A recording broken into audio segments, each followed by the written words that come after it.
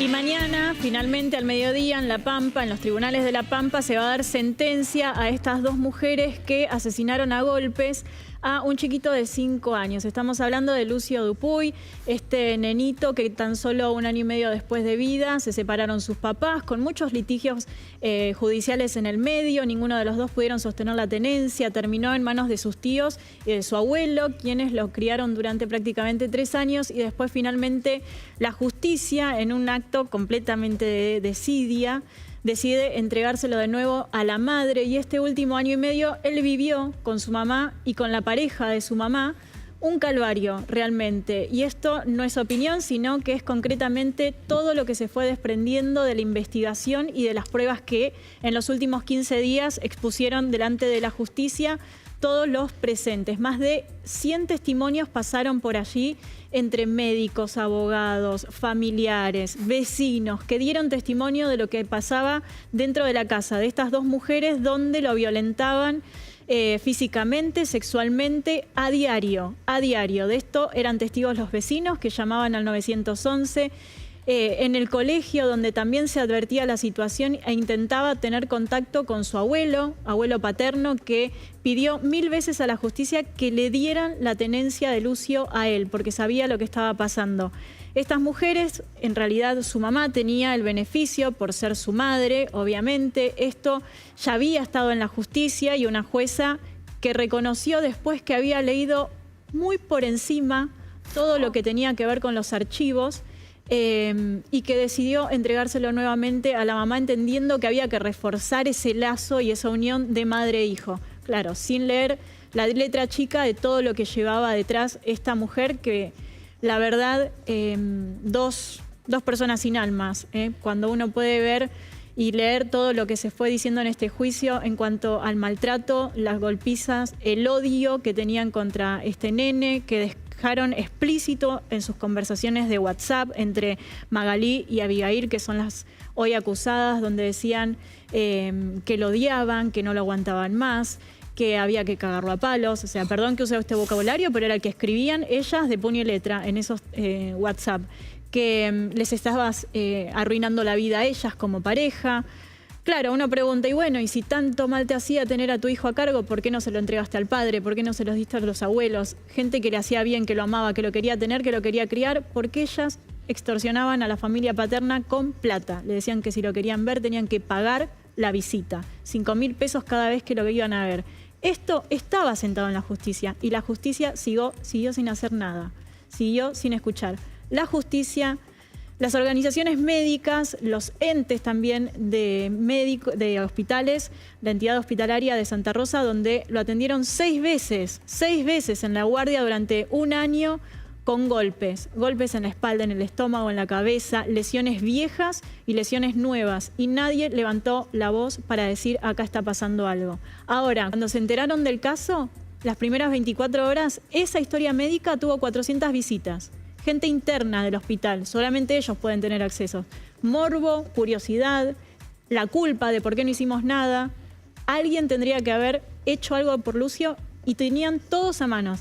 La gente que lo vio en las guardias, los colegios que deberían haberse involucrado más, la familia que presentó, por supuesto, el amparo, no fue escuchada por la jueza, que se lo volvió a dar a la madre. Todos pudieron hacer algo por Lucio, pero finalmente no lo hicieron.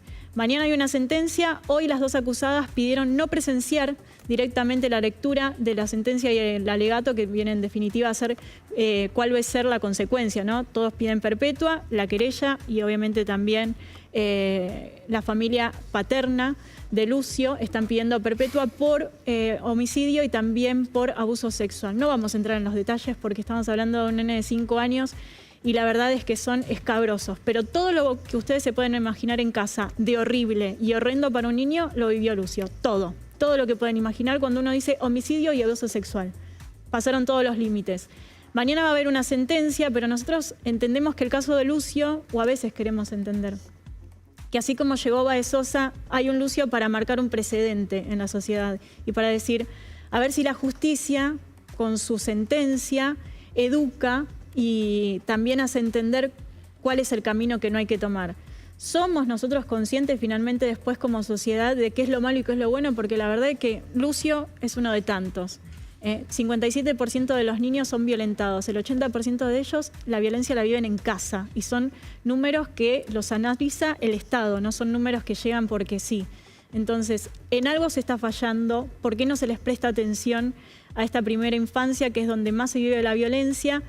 Y Lucio, ¿va a ser uno más o va a ser uno que va a marcar precedente? Eso no lo sabemos, pero hace 4 días una nena murió exactamente en la misma situación. Llevada por sus progenitores a la guardia diciendo que se los había golpeado y en realidad ellos le habían pegado hasta matarla. Entonces pasa más de lo que nosotros creemos y de lo que vemos.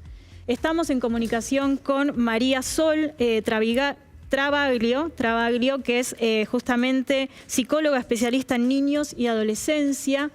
¿Qué tal? ¿Cómo estás, Marisol? Bueno, la verdad es que cuando uno habla de los números impresiona, pero no hay nada más real. O sea, el 80% de los chicos pasan violencia dentro de sus casas. Es muy difícil llegar a conocerlas porque es casi invisible, ¿no? El entorno hace que sea así y no entendemos de qué manera ayudarla el que está al lado y no puede hacer nada.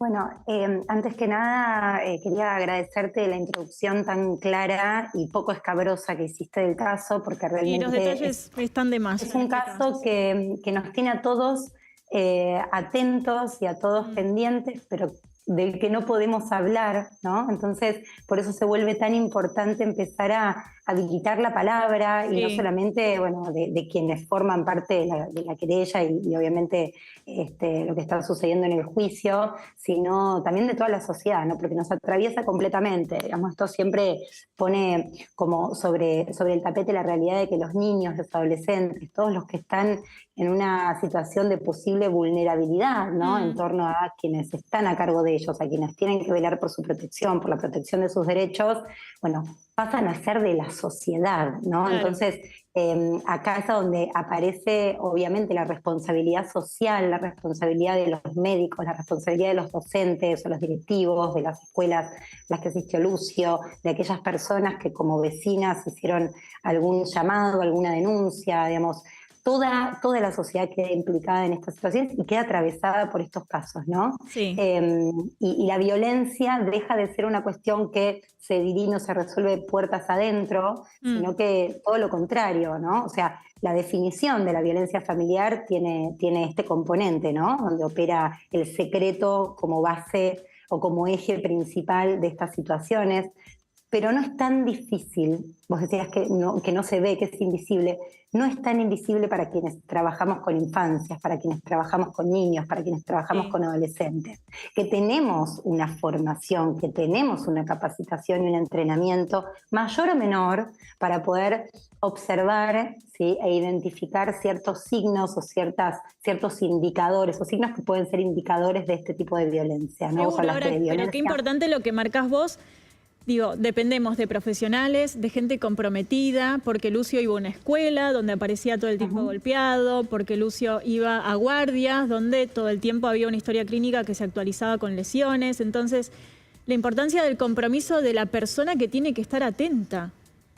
Absolutamente, de la violencia vicaria o institucional, ¿no? De la que tanto se habla, donde en estos casos, digo, si uno empieza a mirar las estadísticas, cuando vos hablas de números, ¿no? Después pones la lupa y ves la singularidad de cada caso, de cada realidad, pero es cierto que la estadística habla por sí misma, ¿no? Tiene datos que saltan por sí mismos, pero es mucho más frecuente de lo que uno imagina, es mucho más difícil de lo que uno imagina, sobre todo cuando se trata de psiquismos en proceso de constitución. Estamos hablando de niños, de niñas, de adolescentes, ¿no? Que están formando su personalidad y que tanto lo que esté en exceso como lo que esté en defecto, lo que no esté, va a dejar marca, ¿no? Entonces, la responsabilidad se multiplica cuando estamos frente a estos casos. Sin duda. ¿No? Ahora, porque la vulnerabilidad ya de por sí nos habla de una vulnerabilidad mayor, ¿no? La realidad de esta población habla de una vulnerabilidad mayor por definición. Entonces, la responsabilidad se multiplica.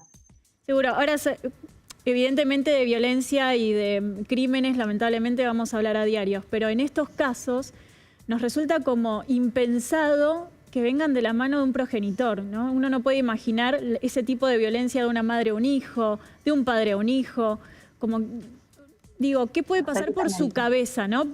Más allá de que ahora, conociendo todos los testimonios, hubo una psicóloga que atendía a la mamá de Lucio y que ella le decía, yo no quiero ser madre, no me interesa criar un hijo, no estoy preparada, no me siento capacitada. O sea, ya estaba clarísimo, esta mujer lo dejó asentado en un legajo, después la jueza lo pasó por encima, no lo leyó, pero estaba claro que era una persona que no se sentía ni siquiera capacitada. Ahora, de sentirte capacitada o no, a violentar a tu hijo, hay una brecha enorme. Absolutamente, absolutamente. Y marcar la diferencia o hacer la distinción entre madre y progenitor o progenitora es algo importante, ¿no? Sí. Porque como vos bien lo demarcaste, habla de cosas diferentes, ¿no?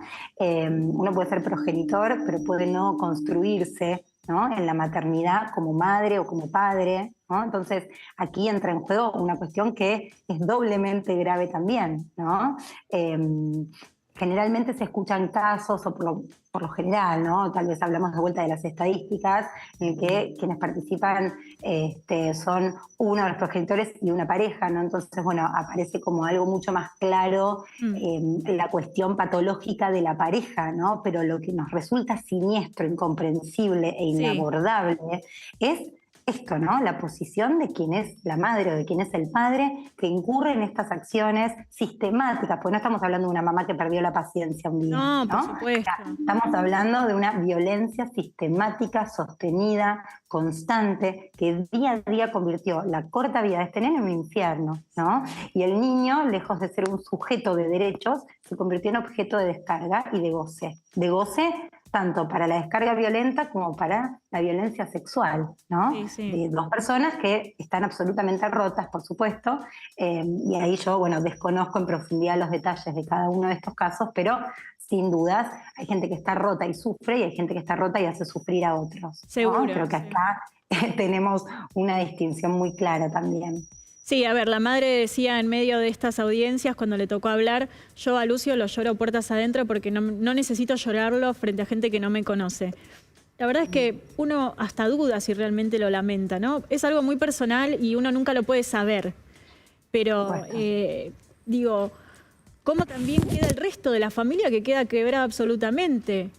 Esa mujer debe tener una madre también, tiene hermanos, tiene también, por supuesto, gente que lo podría haber acompañado desde otro lugar, y ayer uno de sus hermanos decía, yo ya no la reconozco ni como hermana. Por supuesto. Bueno, acá también uno puede, ya entramos en un terreno en el que desconocemos, ¿no? Pero uno puede intuir que, por supuesto, quien incurre en estas acciones sobre un propio hijo, de alguna manera, esto lo vivió, lo padeció pasivamente cuando se constituyó como niña esa misma persona, ¿no? Digamos, las infancias de nuestros hijos retrotraen nuestra propia infancia de alguna manera y se vuelve a representar algo, se vuelve a hacer presente algo de lo que fue nuestra propia infancia y de lo que fue la maternidad o la paternidad con la que lidiamos como niños, ¿no? Cómo nos trataron. Acá uno se puede preguntar muchas cosas. Lo cierto es que, bueno, para poder entender estas situaciones hay pericias que se hacen antes, claro, ¿no? Y acá vuelvo sobre esto, o sea, la querella, el juicio, todo este proceso judicial que se está desarrollando, incluye pericias, incluye alegatos, incluye declaraciones, incluye testigos de todo tipo. Pero la pericia se tenía que hacer antes, ¿no? Digamos, hay servicios, y yo he trabajado en uno de esos servicios de protección, que están dentro del amparo y del encuadre de la ley 26061 de protección de los derechos del niño, de las niñas y los adolescentes, trabajando en todo este tipo de procesos en los que se determinaba la posibilidad de revinculación o desvinculación de los niños respecto de sus familias de origen, producto de situaciones que quedaban asentadas en la justicia y donde los jueces deben velar por esto, ¿no? Entonces, por esta protección. Y hay una cantidad de profesionales que trabajan y muy bien. Entonces acá se abren muchos signos de interrogación. Bueno, ¿qué pasó con toda la gente que intervino o no intervino? Porque no es solo la jueza, ¿no? Digamos, hay todo un aparato y hay leyes, no es que no existen las leyes. Hay leyes, lo que no hay son, evidentemente, recursos idóneos y personas que estén efectivamente haciendo cumplir esa ley o representando esa ley también para que se pueda cumplir y proteger a los chicos, ¿no? Entonces, bueno, es muy complejo, ¿no? Pero si uno se pregunta, bueno, ¿qué le puede pasar por la cabeza a una mamá o a Sí, una progenitora que descarga su violencia de esta manera y que vehiculiza, bueno, toda su perversidad o su perversión o lo que fuera, en relación a su vida personal, adulta, con su propio hijo, niño de 5 años, bueno, se abre, ¿no? Todo un sí. universo en el cual evidentemente debe haber muchísimas cosas que la dejan en un lugar muy dañada, ¿no? Eh, pero más allá de que uno lo pueda comprender o lo pueda entender desde lo que sería lo causal, nunca va a poder llegar a incorporar esta realidad, ¿no? O sea, a mí como psicóloga me resulta muy difícil, ¿no? Y a la sociedad en general la atraviesa y la angustia terriblemente. Esto es horror puro, Sí, ¿no? sí, Ahora, sí. licenciada, recién se mencionaba estas audiencias que ella había Mm, podido tener con una psicóloga y Mm. donde ella manifestaba no sentirse preparada, como sí. recién lo mencionabas, no, el no deseo de ser madre, pero este abismo que hay entre lo que ella expresaba de una manera y finalmente lo que hacía con el nene, a través de entrevistas con un psicólogo puede detectar que del otro lado se esconde este monstruo porque seguramente ella no le contaba a la psicóloga todas las cosas que le hacía al nene. Por supuesto que no, por supuesto que no. Desde lo que es una evaluación psicológica, uno puede llegar a ver, a registrar, a identificar determinados indicadores que hablan de que una persona puede llegar a cometer actos de este estilo, ¿no? La realidad es que muchas cuestiones pasan a ser futurología, ¿no? Y acá entra en juego una cuestión que tiene que ver, digamos, con el ámbito forense, ¿no? De la psicología forense, que es que uno no tiene que tratar muchas veces de no incurrir en determinar eh, la peligrosidad de la persona, ¿no? Pero sí la posibilidad o la probabilidad de que ciertas cuestiones ocurran, tomando en cuenta hechos, acciones, determinadas cuestiones que se vayan planteando en el discurso, en las diferentes sesiones de evaluación psicológica. Y evidentemente esto claramente se podría haber Sí, sí. prevenido, Claro. porque Pero además, esto todos lo podemos determinar, yo como Sí. psicóloga, ustedes como periodistas, no, la pero debe haber vecina que también, llamaba a la policía, ¿no? Seguro. Sol, además debe haber también muchos médicos que cuando vieron al chico llegar a la guardia con esos golpes, miraron para otro lado y no se quisieron involucrar, porque da la sensación de que hay mucha impunidad. O sea, uno lo que le genera la noticia es mucha sensación de impotencia, de no Injusticia. entender, injusticia e impotencia de decir, si yo conozco que a alguien le está pasando esto, ¿qué hago? Vos como psicóloga, si alguien te llega y dice, mira, tengo un vecino que sé que lo maltratan, o trabajo en un lugar donde sé que hay un chico que es maltratado. ¿Cuáles son los pasos a seguir para que no haya otro Lucio? O sea, que para cualquier persona pueda denunciar una situación así, que la justicia lo escuche. Bueno, esto es importante. Ustedes están en el GRAF, incluyeron la línea 102, Sí. ¿no? Línea gratuita sobre los derechos de los chicos y las chicas, en CABA, en todos los servicios, en todas las jurisdicciones provinciales y municipales existen servicios locales de protección de los derechos de los niños. Digamos, las leyes están, existen. Hay profesionales que trabajan en esto, existen las comisarías, existen las guardias médicas, existen los docentes en los colegios.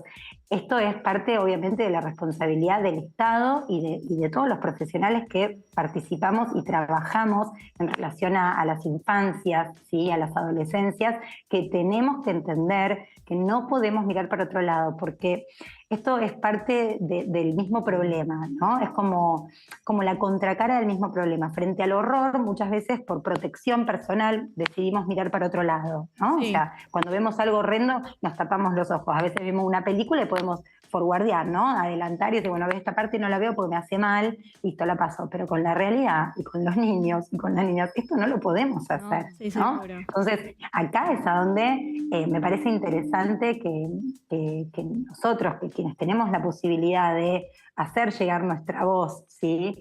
A través de los medios, a través de los servicios locales, desde la clínica psicológica, médica y demás, trabajar tanto con los profesionales como los agentes, ¿no? de salud o de educación que tienen contacto con los niños para capacitar a estas personas acerca de este proceso. El proceso incluye, dependiendo de la jurisdicción, diferentes servicios locales, ¿no? Pero lo que uno tiene que buscar siempre es hacer llegar la denuncia. Digo, en una escuela puede ser el directivo, ¿no? Sí. Como persona que está a cargo de lo que sería la guardia activa de los chicos y tiene esta responsabilidad civil y penal, ¿no? El docente mismo, el docente de grado, los psicólogos, los psiquiatras, los médicos de diferentes especialidades, el pediatra. Claro. ¿Sí? El pediatra que revisa al chico. Digamos, los médicos tienen muy en claro cuáles son los signos de abuso, tanto físico como sexual. Digamos, esto está muy claro, está muy desarrollado y está muy sabido. Entonces, desde los profesionales está bastante claro. Sí, lo que a veces queda un poco en duda es si el Estado responde efectivamente, ¿no? Acá hubo muchas denuncias, muchos llamados a emergencias, Sí. a donde por una cuestión o la otra no llegaban, no aparecían, no se personaba la policía, ¿no? Entonces, la ley se vuelve inoperante, o sea, Sí. no hay ley. Claro. No, tal cual. Entonces, a mí, después de ahí quedamos escucharte... completamente limitados. Sí, seguro. Y después de escucharte, donde claramente tenés razón de que existen todos esos factores, todos esos personajes que en el medio tienen que actuar, la única que se comprometió fue la vecina, que después se culpaba de no tener la capacidad en su celular de poder grabar con audio, porque decía, yo llamo al 911 y no vienen, no me dan bolilla, les quiero mandar audio de lo que estoy escuchando, de los golpes que se dan contra mi pared, entonces para que alguien active algo. Y lamentablemente fue la persona que más se comprometió, si se quiere, en ese caso, y por encima pasaron los doctores, los educadores. Bueno, la psicóloga hizo lo que tenía que hacer en su análisis en esta revinculación, porque hay que, desde el año y medio que Lucio no estaba conviviendo con su mamá, y en esta revinculación ella dijo, no está apta para volver a ser una familia, al menos en la convivencia, tienen que ir de a poco. La jueza lo pasó por encima.